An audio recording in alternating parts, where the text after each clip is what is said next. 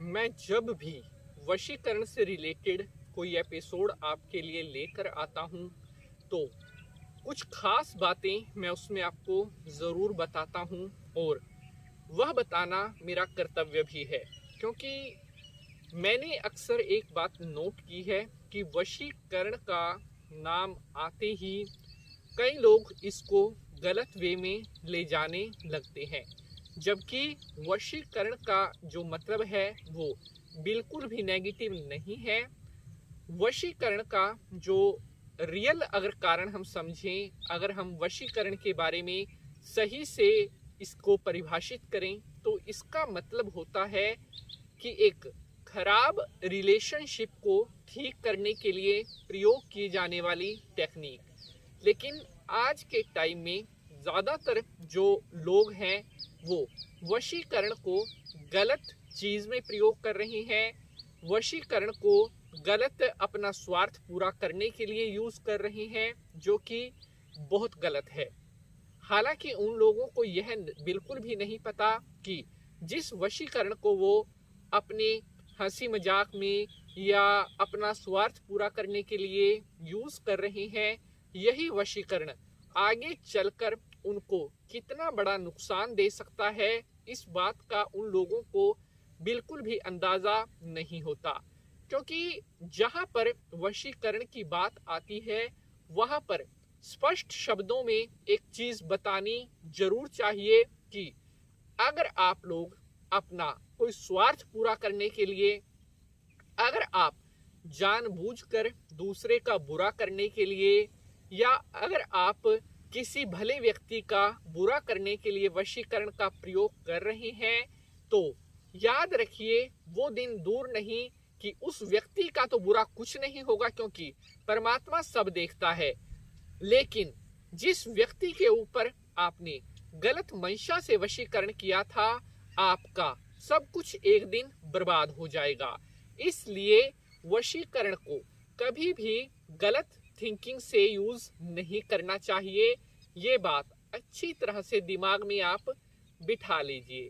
Welcome back, मैं पंडित नीतीश शास्त्री आज के नए एपिसोड पर आप सभी भक्तों का हार्दिक स्वागत करता हूं। चैत्र नवरात्रों की आप सभी भक्तों को हार्दिक शुभकामनाएं।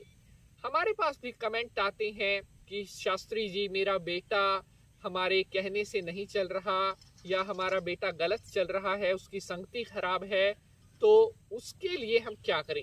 साथियों, वशीकरण का सबसे जो अच्छा यूज जहां पर होता है वो मैं आपको पहले बताता हूं।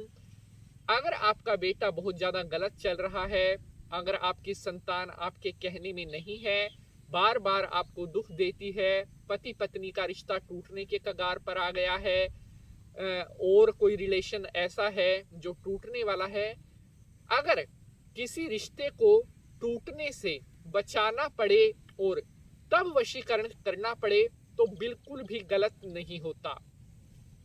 क्योंकि संसार में रिश्तों की अहमियत बहुत ज्यादा बताई गई है और इंसान अपना रिश्ता बचाने के लिए बहुत कोशिश करता है।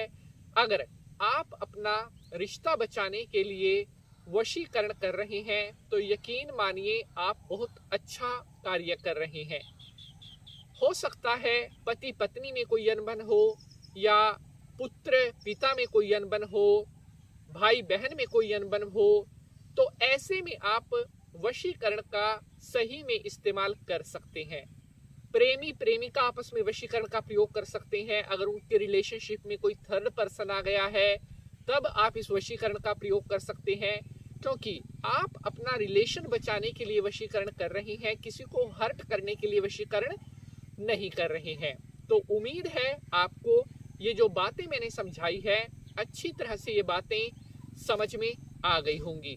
एपिसोड बहुत ज़्यादा इम्पोर्टेंट होने वाला है, हर एक पॉइंट को अच्छी तरह से आपने समझना है, तभी ये उपाय आपके लिए काम कर सकता है। और हाँ, जो वशीकरण रिलेटेड उपाय होते हैं इनको कभी भी हल्के में मत लें। इनके जो नियम होते हैं, इनके जो रूल्स होते हैं, उनको आप अच्छी तरह से फॉलो करें ताकि किसी तरह का कोई बुरा इम्पैक्ट आपको ना मिले और आपका काम भी निकल जाए। तो चलिए एपिसोड को शुरू करने से पहले भगवान भोलेनाथ को प्रणाम करते हैं। ओम त्र्यंबकम यजामहे सुगंधिम पुष्टिवर्धनम उर्वारुकमिव बंधनान मृत्युर्मोक्षीयमामृतात्। ओम शिव शंकराय नमः। तो प्यारे बंधुजनों, अब मैं आपको बताने जा रहा हूं वशीकरण का वह महा उपाय जो आग की तरह प्रचंड है। मतलब इस उपाय को करते ही सामने वाला दौड़ा आपके पास चला आएगा। अगर पत्नी के साथ कोई मनमुटाव चल रहा है, मायके में बैठी है, तो उसका फोन आएगा। अगर रिलेशनशिप में प्रेमी प्रेमिका के बीच में कोई टेंशन चल रही है तो वहां पर भी वशीकरण को प्रयोग कर सकते हैं। अगर किसी ने आपको ब्लॉक कर दिया है, वो रिप्लाई नहीं कर रहे हैं, वहां पर भी वशीकरण का यूज कर सकते हैं। अगर बाप बेटे में कोई अनबन चल रही है, वहां पर भी इस वशीकरण का प्रयोग कर सकते हैं। तो वशीकरण प्रयोग हम स्टार्ट करते हैं। शनिवार की रात्रि को 10 बजे यह उपाय आपने करना है। आपने जिस व्यक्ति का वशीकरण करना है उसकी एक फोटो आपको जरूरत होगी। उसकी फोटो लेकर आपने उस फोटो के पीछे अनार की कलम से, जी हाँ, अब कई लोग पूछते हैं अनार की कलम कैसे मिलती है, तो अनार का पेड़ जहां लगा हो वहां से एक पतली सी टहनी आप तोड़ लें, उसे अनार की कलम बोलते हैं। अनार की कलम से आपने सिंदूर का घोल तैयार करना है, लाल रंग का सिंदूर का घोल तैयार करना है और अनार की कलम से फोटो के पीछे लिखना है क्लीम क्लीम क्लीम। ध्यान से सुन लें, क्लीम क्लीम क्लीम। 3 बार फोटो के पीछे क्लीम क्लीम क्लीम लिखना है और अब आपने उस फोटो को सीधा करके अपने मन में बोलना है कि ये पर्सन जल्द से जल्द मेरे से कांटेक्ट करे, इसकी जो भी नाराजगी है वो दूर हो और तुरंत मेरा और इसका रिलेशन ठीक हो जाए। ऐसे बोलते हुए 3 बार उस फोटो पर आपने फूंक मार देनी है। अब आपने इस फोटो को लाल रंग के कपड़े में बांधकर घर में कहीं भी किसी भी जगह पर छुपा देना है। किसी का हाथ उस फोटो को ना लगे। शनिवार की रात 10 बजे यह उपाय आपने करना है।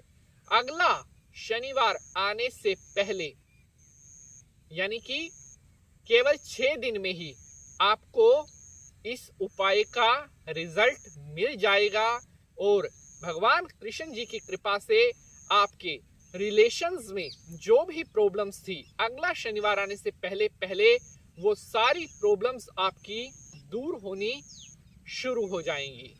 ओम नमो भगवते वासुदेवाय।